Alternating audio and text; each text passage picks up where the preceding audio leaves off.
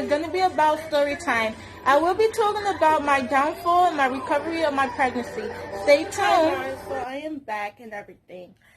I'm about to start the story time. Okay, this is going to be about my first pregnancy and my second pregnancy. My first pregnancy wasn't a good pregnancy. It was an okay one. That pregnancy, I was like a high risk of like having a miscarriage and everything. So that pregnancy made me feel less. When I found out I was pregnant, it was amazing because me and my baby father, we planned our first pregnancy and everything, you know? So it was just amazing. Then it was like one day, and this is the first sonogram. This is how it was. Then it came out like this. So this is how big my baby was when I had the miscarriage. Like, it wasn't that big, but it was forming. But yes, so it was one day that my baby father, he just started working, just got a job, and he went to work, and it was like in the afternoon, or like, yeah, in the afternoon, he was coming home. He left early because I was like, baby, I am in bad pain. I can't move, I can't stand. Something's wrong. So he rushed to the house, talking to me and everything.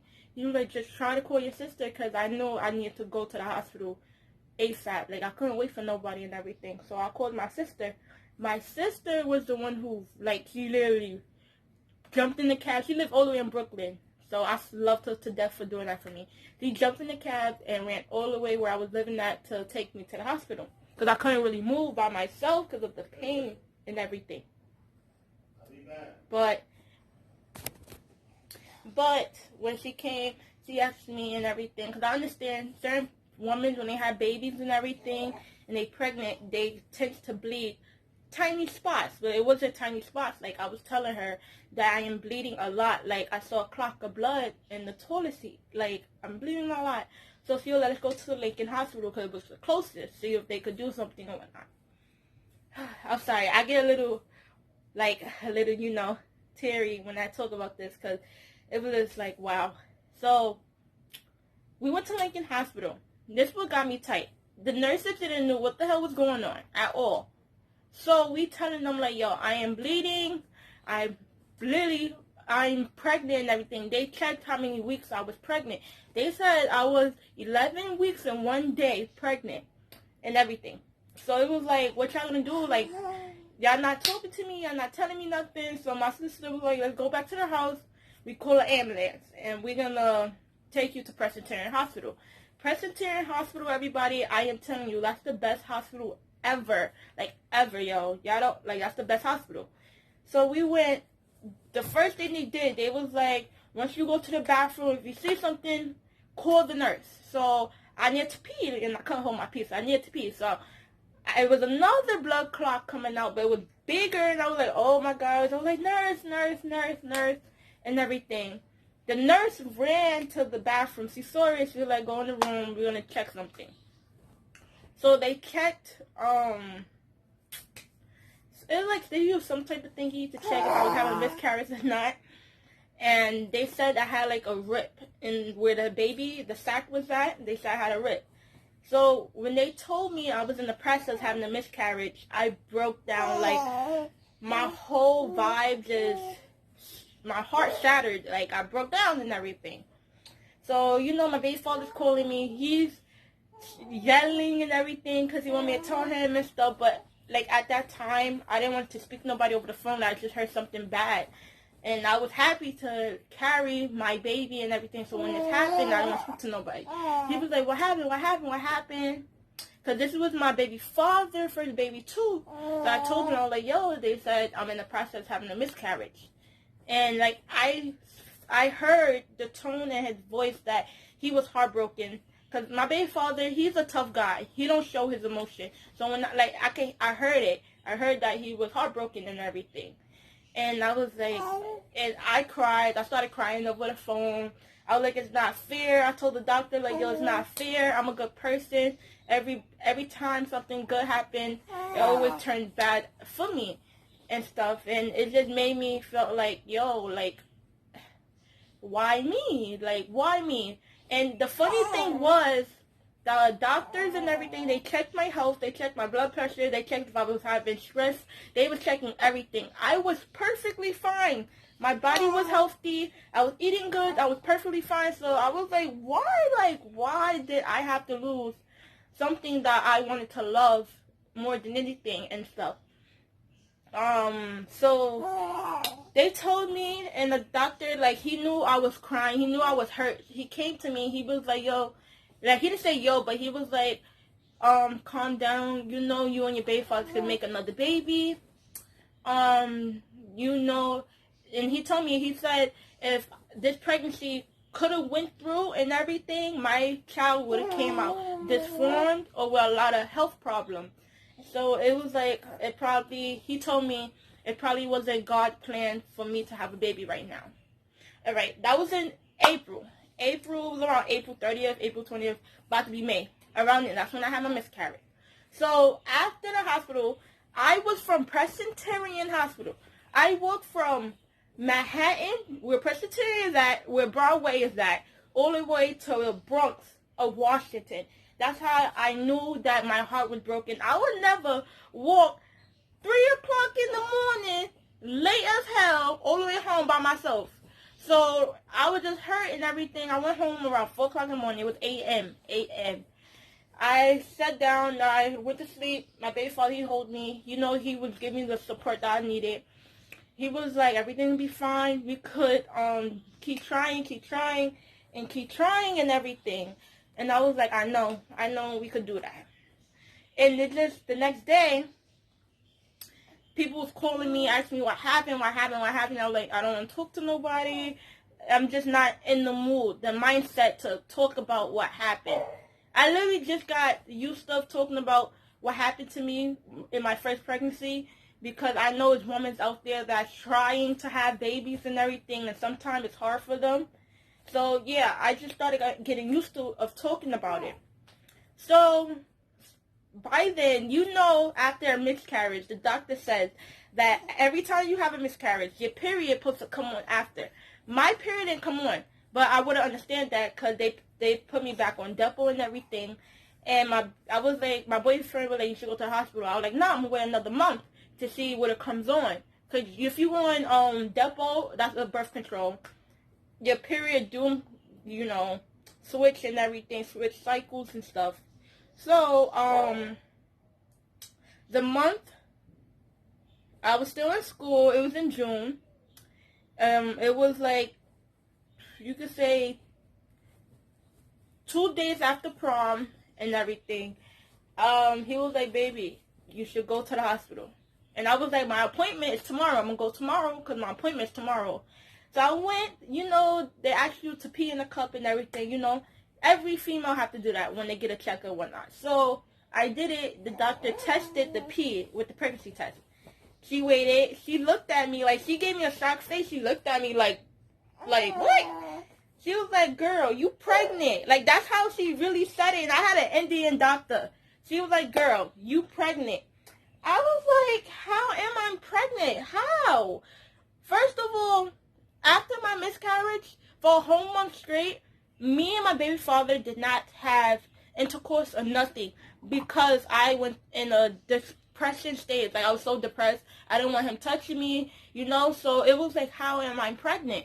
And that's when she started thinking. She was like, you probably was pregnant with twins and stuff. And she asked my baby father if his family got twins. My baby father is a twin.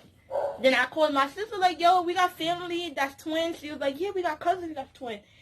And so it was like, to this day, I'm still thinking if, I don't know, I want them to do like a real investigation in this. Like, I'm thinking, was my daughter, Benithia, right here, was she a twin or not? Because I got pregnant out of nowhere with her. Like, me and my baby father, we did not have sex at all. So I wanted to know if Benithia is a twin or not. So yeah, so when she was born, she was so beautiful. I'm gonna show y'all pictures at the end of the video. She was so beautiful. My pregnancy with her was perfect. I stayed home most of the time. I laid down most of the time. I didn't really do much. Like, I was eating good, and it's just like, I prayed every single night I went to sleep. I was like, please, let me get through this. Let my baby come out healthy. So, when it was, what day I caught contractions? With her, I caught contractions on the 20th. Literally on her due date and everything. Okay?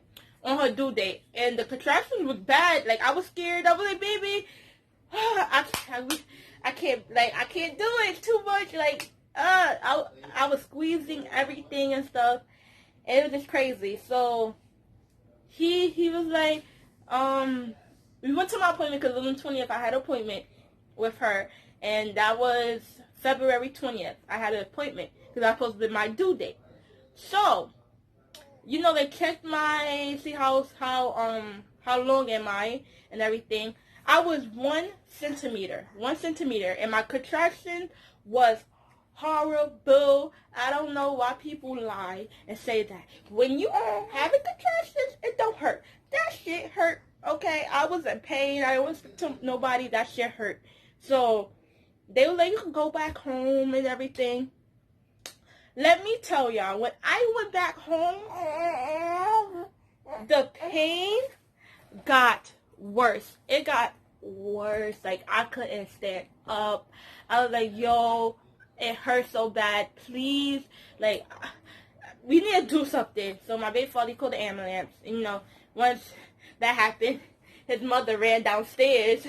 So his mother wasn't playing. His mother was like, I'm coming. So she ran downstairs and everything. We go to the ambulance. And, like, the people acting like, this is your first pregnancy? I was like, yes, this is my first pregnancy. Like, hurry up. It hurts. So we went to the hospital. My daughter didn't come out until 5:43 a.m. in the morning. All right. The pain that I went through, at first I wasn't going to take the, is it called epidural? It was some type of needle they give you if you want for the pain. I wasn't going to get that because I was scared it was going to hurt the baby, but the pain was so real, like I was punching the bed railing of the hospital bed and it almost broke. So I was like, I need it. My boyfriend mother was forcing me not to get it. She like, you better not get it. I was looking at her like, girlfriend, first of all, I'm in so much pain, you don't understand. You do not understand. So they gave it to me and stuff. And the one thing they tell everybody, if you get the needle for the pain, the epidural and stuff, do not move. And they tell you don't move because if you move and it's like poke your spine a certain way, you will become paralyzed. So I'm scared of needles, so I was holding the nurse hand like, please, it hurts. So I was so scared. I'm real scared of needles. I'm very, very scared of needles. Like, everybody will tell you. I'm a crybaby when it comes down to needles. I don't have no tattoos on my body or nothing. I'm a crybaby. So, they gave me the needle. Then I started realizing, I was like, baby, I can't feel my legs. I can't feel my bottom half of my legs. I thought something was wrong. And the doctor was like, you fine. That's how it works. That's how it stops the pain and everything. And the thing about my daughter, when she was in my stomach, she kept on moving. And you know, they put the heart thingy to check her heartbeat and stuff. And she kept on moving, and every time she moved, it wouldn't find her heart. So it was just ringing off the alarm and everything. The nurse was running in the room, thought something was wrong. I was like, no, she is moving. She is active in my stomach, okay? All right, there's nothing wrong. Then they need to break, first of all, they need to break my water, okay? Because this little girl did not want to come out. They need to break my water, and it felt crazy because I couldn't feel my bottom half. All I just felt was a whole pound of water, and I was like, I should have asked the doctor. I was like, did I pee on myself? And I did. It was my water, and I was like, girl. And I love this doctor. She is the best doctor ever. I will tag her in this and everything. she made sure my freaking delivery was amazing. Like, she made sure I didn't rip. She made sure my baby came out good and everything. Because when she gave me my daughter, I was like, yes, my baby's so pretty. I was like, yes, my baby's so pretty. She had full of hair. She was just perfect, and I loved it. I was like, I'm happy. Like, I didn't cry because I was too excited, and a tear didn't come out. I was just happy to see my baby girl. And I'm not going to lie, I did ask her, like, doctor, did I rip? She was like, no, you fine. I was like, who praise God, because that was my worst fear. I didn't want it to rip and nothing. I did not want to rip.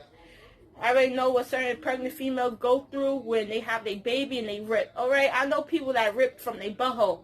I was scared. Alright, I was like, I'm fool. No. So yeah, my daughter in the hospital, she opened her eyes the second day. It was amazing. I was like, look at her. I was posting that pictures. I was taking that pictures, taking that video. And like, my daughter's gorgeous, if y'all can see. She is my miracle baby. I say this all the time because after my miscarriage, God gave me a beautiful, beautiful little girl. And I love that. I love it. And I love her more than anything. She's very smart to be 4 months, but she's bad. I love her more than anything. So I had a downfall, but I had a better recovery of my second pregnancy with her. It was amazing. Why you did that? Why you did that?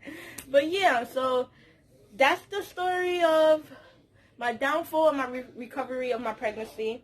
If it's pregnant women out there or women that's about to have their baby soon, just know that to keep calm, don't stress, stay positive and everything, and you will get through it. But all I know is that God is always on your side, because I prayed that my daughter would be fine and she came out perfect. And yes, I believe in God. And I'm thanking for everybody to listen and to understand what I went through. And I'm happy. I hope y'all like this video.